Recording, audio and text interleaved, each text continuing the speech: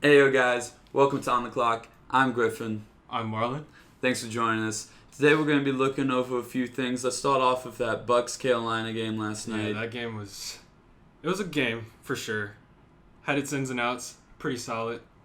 Expected more out of Cam Newton for sure, but it's looking like an off season for sure. Oh, definitely. I mean, with 2 losses already, I think something like 12% of teams that start 0-2 yeah. make it to the playoffs. Yeah. And not only 0-2, those 0-2 games both came from home. Yeah. Those are both home losses. And it's very scary because Cam Newton, just MVP, Super Bowl, and now he's 0-2. It doesn't look like he's going to be making it back to that form again. No. It's and sad. You could see the Carolina Panthers were definitely playing cautious with him. Mm-hmm. Didn't really let him scramble too much on that foot. Mm-hmm. That end of the game, fourth and less than half a yard, and you go from shotgun. Mm-hmm. Yeah, exactly. You have Cam Newton. If anything, QB sneak it right up. He's one of the bigger quarterbacks in the league. Wamavia already came out, said it was a mistake by him. Mm-hmm. But talking about that last drive, though, I want to talk about a few things. Yeah. One of the main things I want to talk about is watching the games the first week of the NFL. Mm-hmm. I wasn't happy with the officiating. No, not at all. I know every year you're going to have bad officiating. You're going to miss calls. Things are going to be missed. I get that. Absolutely. This was an unprecedented level. Yeah. And starting week 2 off, I was hoping they'd get a little bit better. I don't think they did. I honestly don't. In the final drive, Curtis Samuel comes down. Mm-hmm. Great catch. Yeah. Gets them into a good position. Mm-hmm.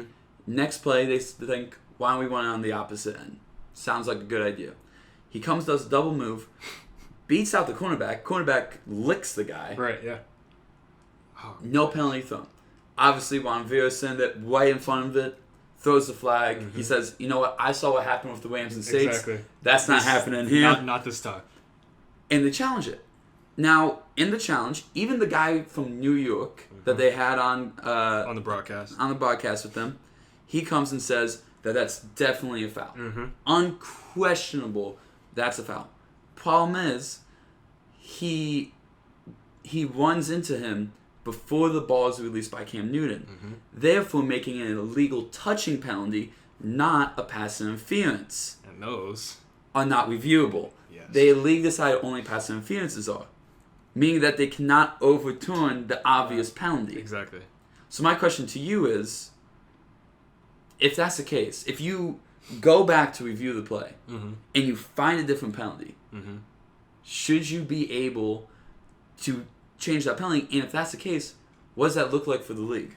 I say you should be able to, because I was an advocate also for the reviewing pass interference calls, because I think human error obviously a part of the game, but you can't just determine the outcome of a game by blowing a call, noticing that you blew a call, but I can't do anything about it. No, because then you're not leaving the game in the player's hands, like the player did it, so obviously call them for it. So I think if they are able to review plays, they should be able to change anything.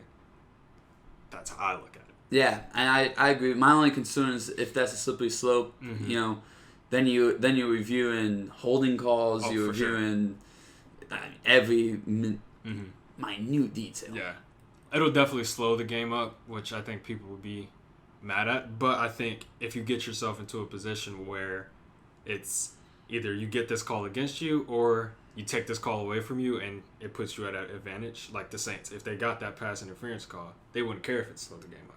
Yeah, so I think it slows the game up, but it's for a good cause. Okay, I like that.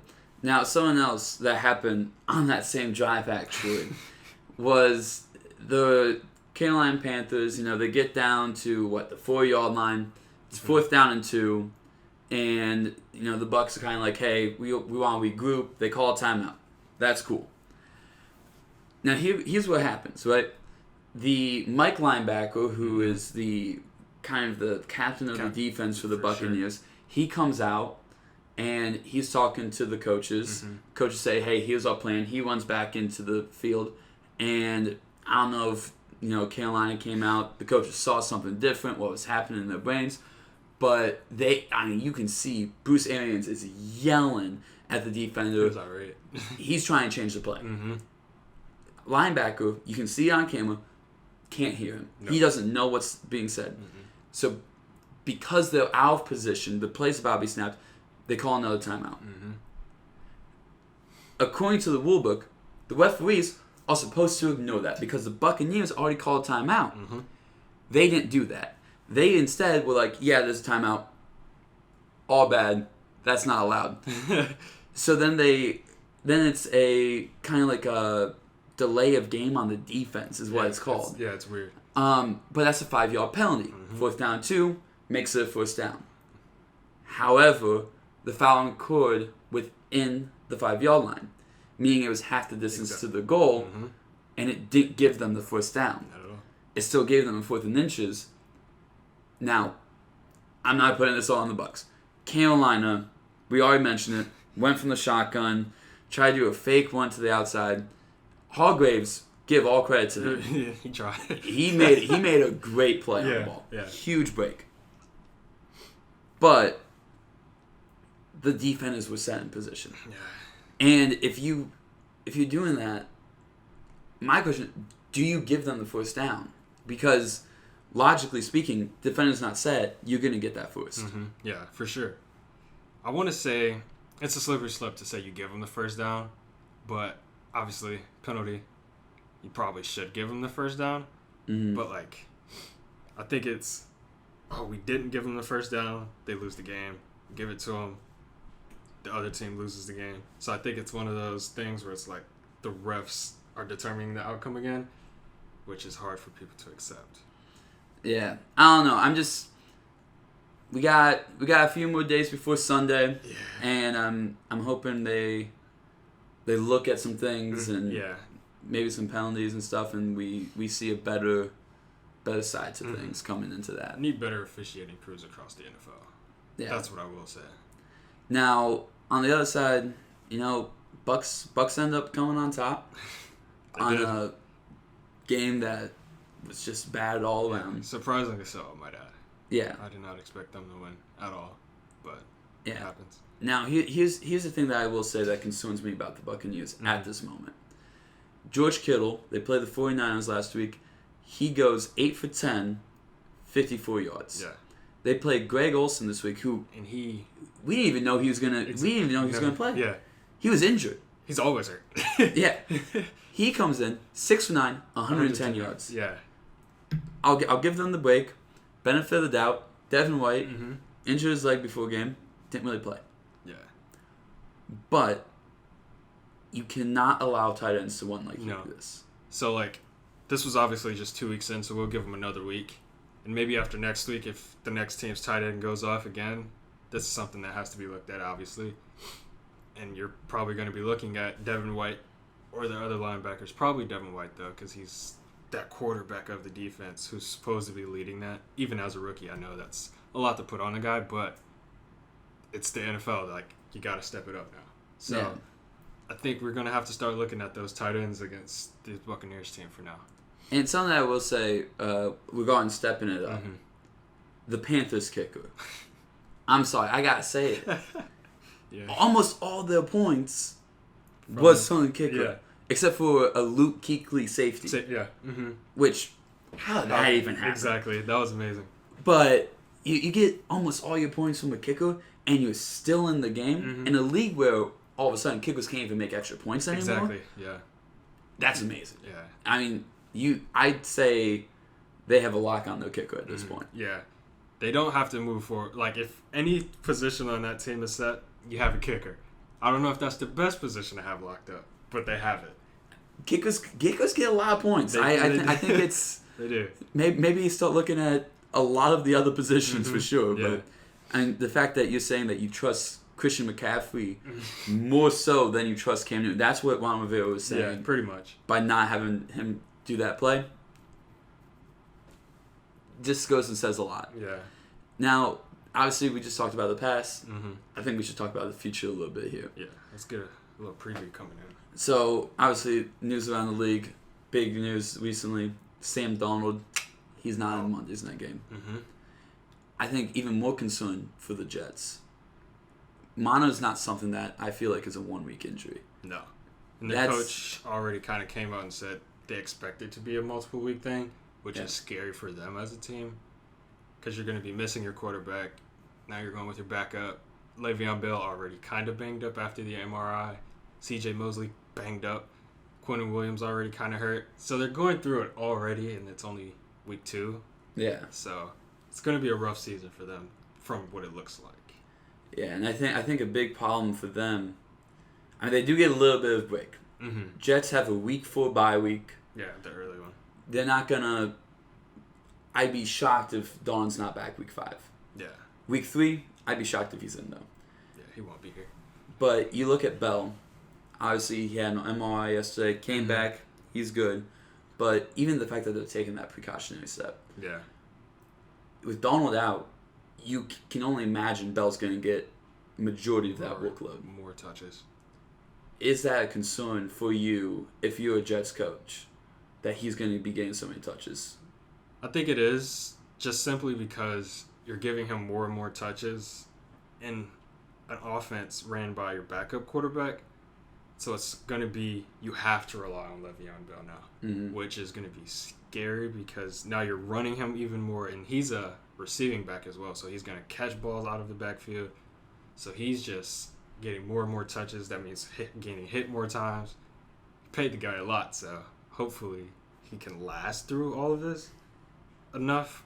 By the time Sam Darnold gets back, he's still actually productive. Yeah. So I think that's what they have to worry about and try to find a balance. So if they can find a second guy out there, whether it's a receiver or another back that they have, then they'll be kind of good to kind of split the carry so they can split the production between them two. Yeah. And you listen to all the injuries. Quincy, I don't even know if I want to attempt this last name. Iguagua. Oh. You know what I'm saying? I know who you mean, but I don't know. That's how you say it. He's out as well. Mm-hmm. He's uninjured. Yeah. So, that's one of your top receivers on the team. He's gone. Who's Trevor Siemian? You already mentioned Le'Veon Bell. Who else does he really have to put his back into, to put his faith into? There's not much out there. Yeah. Which is scary for them to have a backup quarterback out there throwing to, I don't want to say nobody, but for the lack of a better word, nobody. Yeah. Now, obviously, Jets, that's a problem on the offense. Looking at it defensively, you mentioned C.J. Mosley, Quentin Williams. Yep. But something else that needs to be talked about, defensive coordinator over there used to be the Browns' interim head coach. Mm-hmm. How much does it mean to him to win this game? I think it means a lot because he was the interim coach last year for the Browns. So I think he's looking at it as, let's go in here, beat these guys, and in a way make them see what they lost kind of. Yeah. And what they made the mistake in hiring Freddie Kitchens instead of retaining me as the coach. So I think he wants to come in and prove a lot to the Browns system. But the Browns may also want to come in and beat the guy because they may want to prove that they made the right decision in letting him go. So I think that's a double-edged sword kind of. So they both kind of want to go head-to-head on this one and beat each other. I think even so, there's even more pool in this game because of OBJ's comments the other day. Yeah. OBJ, for those that haven't heard yet, he came out and said that Greg Williams told the players on the team, and he's been told by the players on the team that he currently plays for, that Greg Williams told them to eliminate him from the game. Yeah. A preseason game in which Greenby Calhoun did take a low shot and eliminated him from the game. Yeah. And that led to a huge injury for him. Yeah, later that season. And obviously these claims come well after the years of Bountygate when he was with the Saints. Mm-hmm. What do you think the validity of these claims is? I think it's truth to it because I don't think Odell would have just came out and said it for no reason. And obviously if he says players have told him this, especially players on the Browns at the time, I think that gives more validity to it. Mm-hmm. So I think there has to be something looked at with Greg Williams, especially in this game. I think the refs and just the NFL office should keep a closer eye on this one, especially after he said it, because maybe it's like, oh, he thinks I was targeted, and then like I'll ramp it up for this week now because he tried to call me out about it. So I think we have to keep an eye on those guys out there. But I like to say some of the players have better integrity in terms of going out there to actually hurt somebody. Like if you hit someone really hard, they get hurt, that's fine. But if you're trying to hurt somebody, that's kind of different. Yeah, absolutely. And then, so we mentioned, obviously, the Jets-Browns game. I think that's definitely going to be one of the games of the week, something that we're going to be looking into. Yeah. But we also touched on it a little bit earlier when we were talking about the pass interference fouls. Mm-hmm. Saints-Rams, they have a matchup, obviously one that the Saints fans have really been gearing to. They wanted that back. Oh, yeah. I'm sure. What are you expecting for that game? Honestly, I'm expecting a lot of aggression early. I think it'll be a very tight game. I don't think it'll be like a blowout or anything, but I think both teams will come out with a lot to prove. The Saints want to prove, hey, we actually could have beat this team last year, and the Rams want to prove, even though we kind of messed up at the end of the game, which wasn't called, we still are a viable option to beat this team. Yeah. So I think they both kind of want to show that they're better than the other team, and I think a lot of it kind of lies on Jared Goff and how he does as a quarterback. Okay, yeah. Because obviously you have Drew Brees on the other side, you have Todd Gurley, Aaron Donald. I think Jared Goff, if he can establish himself in this game, he can be the deciding factor. Because we already know what the offense of the Saints brings, but we don't know what the quarterback of the Rams would be able to do. So if he can go out there and ball out, he could change the entire game. Oh yeah, and I think Jared Goff is a quarterback. When he's on, he's on. Yeah. But when he's off, give the ball to Todd Gurley. Yeah, just give it away. So I think that's a good point. I think it's definitely going to be interesting to see. And I also think, a lot of people around the league, they sometimes say, oh, these games are scripted. Yeah. If this game is scripted, you're going to see the Saints win. Mm-hmm. For sure. And you're going to also see, even not scripted, you're going to see a lot closer called game, I feel like, when that comes to play. Mm-hmm. I don't think the challenge flag is going to need to be thrown, because I think the flags are going to be flying left and right. Refs are going to be really attentive about this one. So much hype over it already. They're already under the pressure of last year's playoff game. They're going to look at this as a way to redeem what happened last year. Yeah. And I think that's going to result in a lot of flags being called, a lot of penalties. There's going to be a lot of stuff going on in this game. And it might get chippy as well between the players, because I'm sure there's going to be a lot of talking going on. Oh, absolutely. There's going to be talking. Now, I'm for a good game. I'm going to get attacked here. I'm looking directly at the camera because I know I'm going to get attacked here. Hot takes. This is a hot take, okay? We got the Patriots versus the Dolphins. Okay. And I know everyone's rightfully so saying the Patriots are going to wipe the floor. Right. I agree with that. Statistically, I agree with that. Yes. However, and I have no clue how, when favored, the Dolphins have a history of making it a close game when they play the Patriots. I don't know if... I really don't know how. I'm not even going to guess how. But they have a history. Do you think there's a possibility we see a close game? I want to say yes, to be respectful of the Dolphins. And you're right. Like, there's something about Tom Brady going to Miami playing in that warm weather. I don't know what it is. But this year might be different. Especially with Antonio Brown getting to the team now. Looks like he'll play this week. Looks like he'll play. He's got a whole situation going on.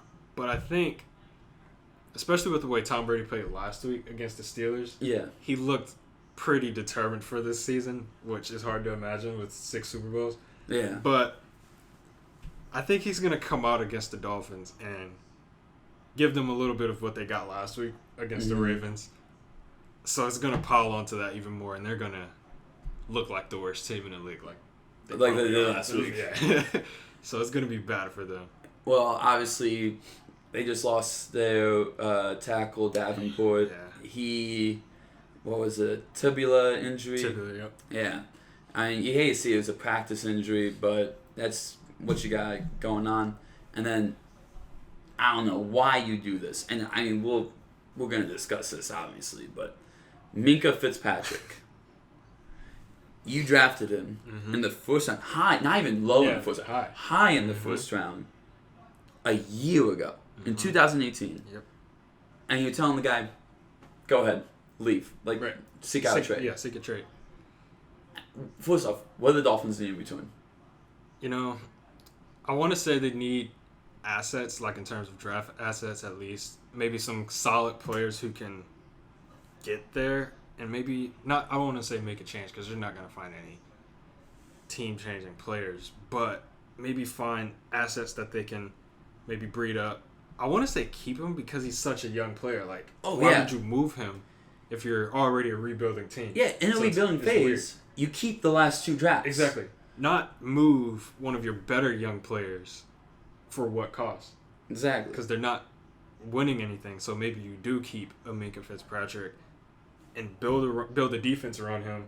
And then in the draft, because you're probably going to end up with a high pick again, you start to build your offense. Yeah. But no, we're just going to trade Minkah and then we're going to start over again, in which we just drafted him last year. So it's not really like you have to start over. I don't even think... Initially, I thought, like you were saying, that they're in a rebuilding phase. Mm-hmm. I think if they move Minkah Fitzpatrick, they are rebuilding the rebuilding phase. Exactly, yeah. And it's, at that point, if you're a Dolphins fan... I'd be upset. I'd be upset. There's no way to go about that. Last season, rookie season, obviously, you're going to have faults as a rookie, but he comes in, 80 tackles, 9 passes defended, 2 interceptions. From a safety position, that's not bad. That's pretty good. Also... He's a dual kind of back. He can also play the slot corner when he's pretty good at it as well. Exactly. Now, on the caveat side, pretty good NFL, not going to cut it. No. He's gifted in 2 positions. I think you need to sit him down and say, look, you're either a slot corner or you're a safety. Let's figure out which one you are. Spend your time, focus on that. Yep. But that's something that the Dolphins should be doing, not another team. Yeah. And what are you losing? $1.23 million this year, $1.98 million next year, $2.27 million the following year. For the next 3 years, he's under a rookie contract, not even exceeding $2.5 million in cap space. Really low cap hit. For a high quality safety. And if he does leave, you probably, my guess, Eric Berry comes in, you pull him off of free agency, his cap hit's going to be at least double, if not triple that.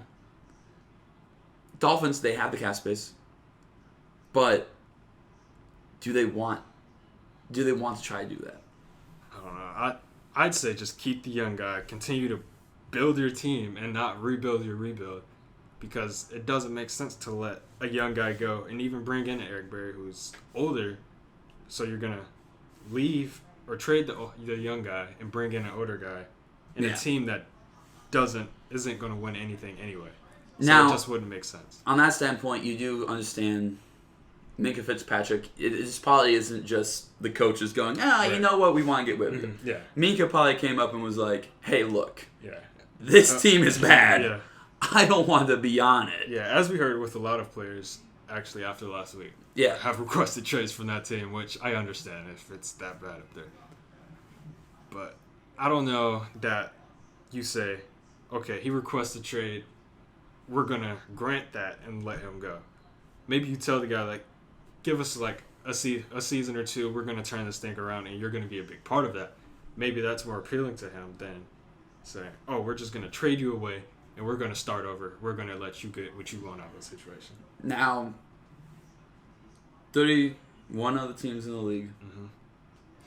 Let's go top 5 landing spots for Minkah Fitzpatrick if a trade were to occur.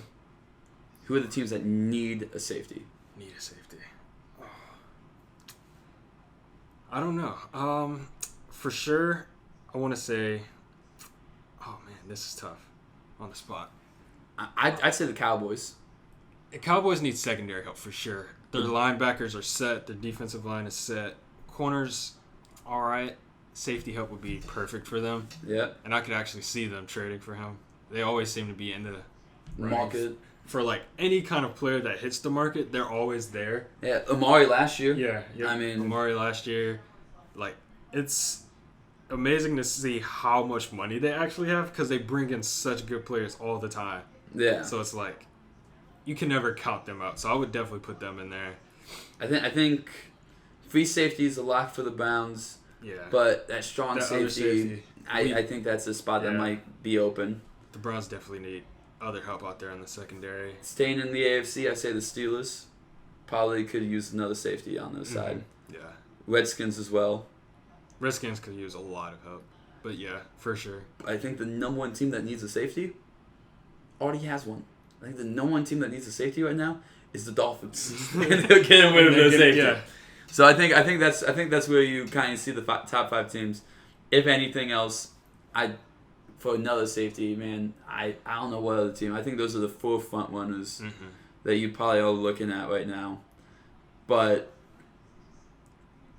Dolphins, obviously, you can't get rid of a 2018 first-round draft pick for a 5th rounder. No. I mean, I'm saying probably. I think they want the money back. Yeah. I'm imagining a first-round draft pick is going to be. I don't think anyone's going to offer them.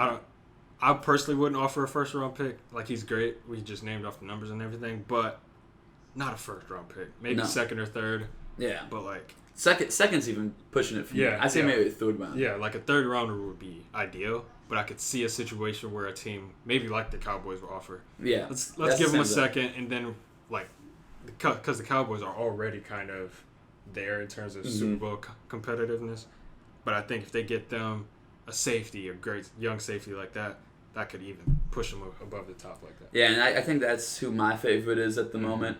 Watch as soon as we end this podcast. Minkah's going to be traded to like the Jaguars or something. But it's... Oh, man. I definitely say that as of right now, as looking at this information, my guessing landing spot is definitely going to have to be the Cowboys. For sure, yeah. So we'll see what ends up coming out to play. Yeah. But you look at all of the games this week, you look at the players, where they're sitting in the position. I think it's going to be a very interesting Sunday. Yeah. I keep coming back to that Saints and Rams game. That's going to be a go-to game. Oh, then that Monday night game, for sure. Can't wait for it. Just with the tension, the Odell Beckham comments, I think it's going to make for a great game. Also, I got to say this. You're looking at a Dolphins team that everyone wants to leave, and I do not want to take anything away from the Ravens. What a game. Right. Mark Ingram rushing the ball. Only guy getting positive yards on almost all of his carries. But it is the Dolphins. Everyone's trying to leave there. It is. So I want to see what they do against the team this week and see if the Ravens from last week show up or if the Ravens from end of the season last season show up. That's going to be a big thing. Because, like, there was a comments, not bad for a running back for Lamar Jackson, but it was against the Dolphins. So maybe we'll see if Lamar Jackson can maybe not repeat that performance because he threw 5 touchdowns, but maybe somewhere in that ballpark, maybe you throw 2 or 3 touchdowns. Is Marquise Brown going to be running off the line, blowing the top off the defenses often? Yeah. That's going to be something to see for that team. Absolutely. Well, thank you for coming down, and we'll see you guys next time. Episode. Yeah.